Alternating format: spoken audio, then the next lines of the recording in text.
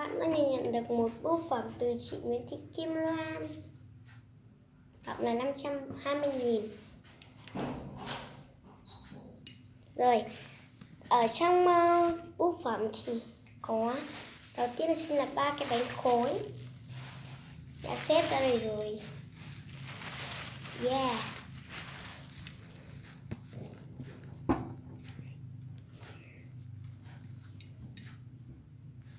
Rồi, cái đầu tiên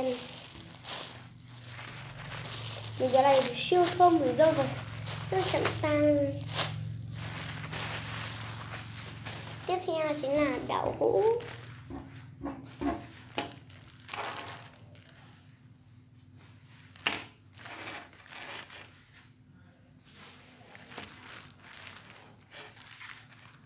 Mình sẽ bóc từng bé. Có màu hồng,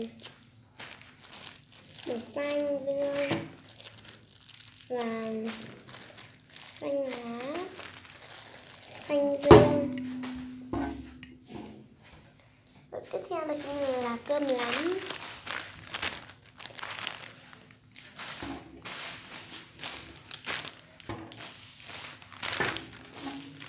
Rồi đầu tiên là màu đỏ và thêm mùi dâu nhẹ nhẹ. Cái màu hồng thì rất là thơm luôn. Còn hai cái màu tím này thì thơm mùi nho nhẹ thôi nhé. Tiếp theo là 3 bé kem, 5 bé kem. Đây.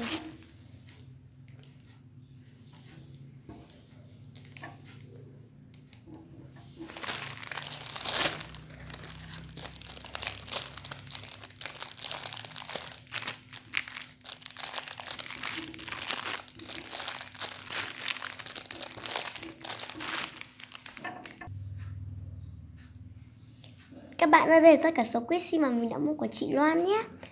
Rồi, video mình đến kết thúc. Nếu bạn nào thích video mình hãy cho mình một like, share, subscribe. Bye.